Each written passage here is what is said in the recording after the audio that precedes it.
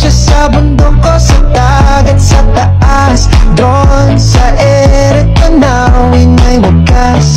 Samar, Leyte, biliran natin to lahat na biyahe. Sa